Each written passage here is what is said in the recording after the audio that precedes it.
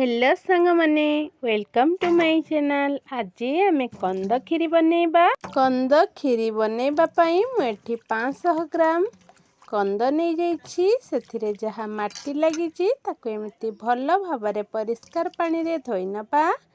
एबे आमे ताको आ गोटे जगह को बाहर कर नबा। मुठी प्रेशर को नहीं जाइछि।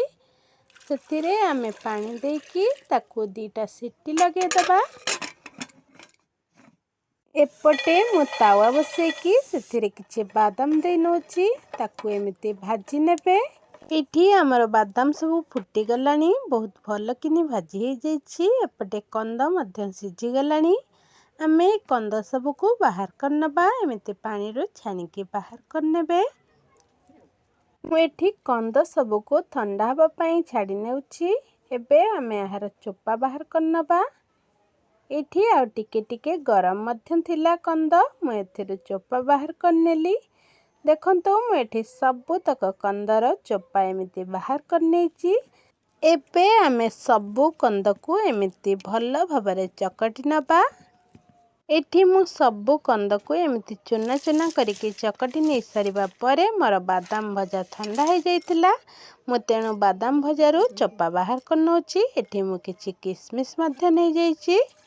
एबे आमे सस्पेन ने पानी देकी अमूल पकेकी अमूल रा खीर प्रस्तुत करिबा। इठी हमर अमूल खीर प्रस्तुत हो गला। सही प्रेशर रे आ किछि तेल गरम करिबा। एबे आमे सेथिरे बादाम किसमिस को देकी हल्का भाजी नेबा। पूर्वरु प्रस्तुत करिकी रखिथिबा अमूल खीर को देई नबा। सेथिरे आमे स्वाद अनुसार किछि लूण पकेइबा ओ कंद को पकई नबा। आपण माने आम वीडियो देखुचंती ले लाइक करू नाहंती। जदि आपण माननकु हमर वीडियो भल लागु थाए तेबे मो चैनल को लाइक शेयर सब्सक्राइब करंतु। एबे आमे सबु तक कंद देई नेचु। आकु भल भाबरे गोळेइबे जेमिति कंदरे कोनोसी टाण टाण टेला टेला न रहे। देखंतु मु एठी सबु तक टेला को मेल्ट करि सरलेनी। मिठा पाई मु एठी मिश्री को गुंड करिके पकई नउची। आपण माने चाहिले चीनी किंबा गुड़ ऐड करि परिबे।